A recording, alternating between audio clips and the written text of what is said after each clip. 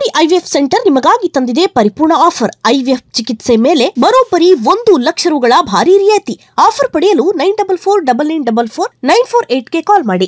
ಚಂದ್ರಶೇಖರನಾಥ ಸ್ವಾಮೀಜಿಗೆ ವಿಚಾರಣೆಗೆ ಹಾಜರಾಗಿ ಅಂತ ನೋಟಿಸ್ ಜಾರಿಯಾಗಿದೆ. ನಾನೀಗಾಗಲೇ ಈ ವಿಚಾರದಲ್ಲಿ ಕ್ಷಮೆ ಕೇಳಿದ್ದೀನಿ, ಆದರೂ ಕೂಡ ಈ ರೀತಿ ಕೇಸ್ ಮಾಡಿದ್ದಾರೆ. ಹೀಗಂತ ಪೊಲೀಸರ ವಿರುದ್ಧ ಚಂದ್ರಶೇಖರ ಸ್ವಾಮೀಜಿ ಅಸಮಾಧಾನ ವ್ಯಕ್ತಪಡಿಸಿದ್ದಾರೆ. ಕುಮಾರಸ್ವಾಮಿಗೆ ಕರಿಯ ಅಂದೋರ್ ಮೇಲೆ ಯಾಕೆ ಕ್ರಮ ಆಗಿಲ್ಲ ಅಂತ ಪ್ರಶ್ನೆ ಮಾಡಿದ್ದಾರೆ. ಪಾಕಿಸ್ತಾನ್ ಜಿಂದಾಬಾದ್ ಅಂದ್ರು, ಅವರನ್ನೇನು ಮಾಡಲಿಲ್ಲ. ಇಲ್ಲಿ ಈ ವಯಸ್ಸಲ್ಲಿ ನನ್ನ ಮೇಲೆ ಕೇಸ್ ಹಾಕಿದ್ದಾರೆ, ಕೇಳಿದ್ರೆ ಉತ್ತರ ಕೊಡ್ತೀನಿ ನಾನು. ಈಗಾಗಲೇ ಇದರಲ್ಲಿ ಕ್ಷಮೆನೂ ಕೇಳಿದ್ದೀನಿ, ಆದರೂ ಕೇಸ್ ಮಾಡೋದಕ್ಕೆ ಮುಂದಾಗಿದ್ದಾರೆ ಅಂತ ಅಸಮಾಧಾನ ಹೊರಹಾಕಿದ್ದಾರೆ.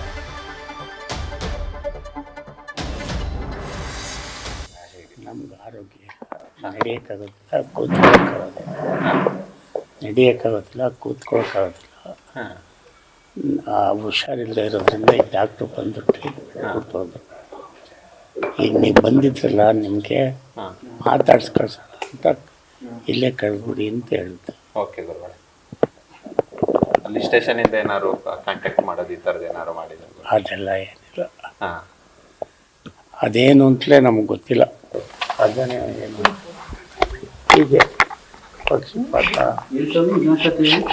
ಏನು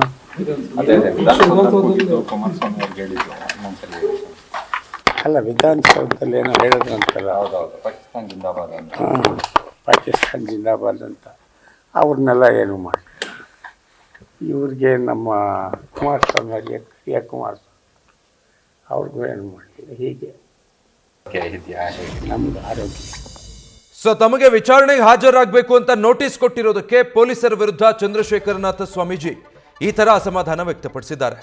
ಬೇರೆ ಬೇರೆ ಕೇಸ್ಗಳಲ್ಲಿ ಬಿಟ್ಬಿಟ್ರು, ಪಾಕಿಸ್ತಾನ್ ಜಿಂದಾಬಾದ್ ಅಂದರು, ಅಂಥವ್ರನ್ನೇನು ಮಾಡಲಿಲ್ಲ. ಕುಮಾರಸ್ವಾಮಿನ ಈಗ ಕರಿಯ ಅಂದರು, ಅವ್ರ ಮೇಲೆ ಕ್ರಮ ತಗೊಂಡಿಲ್ಲ.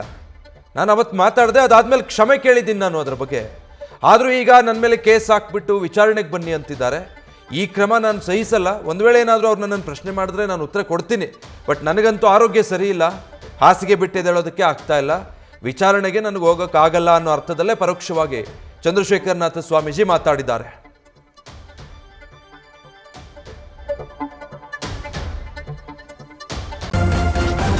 ನ್ಯೂಸ್ ಫಸ್ಟ್, ನಿರ್ಭೀತಿಯಿಂದ ನಿಮ್ಮ ಪರವಾಗಿ.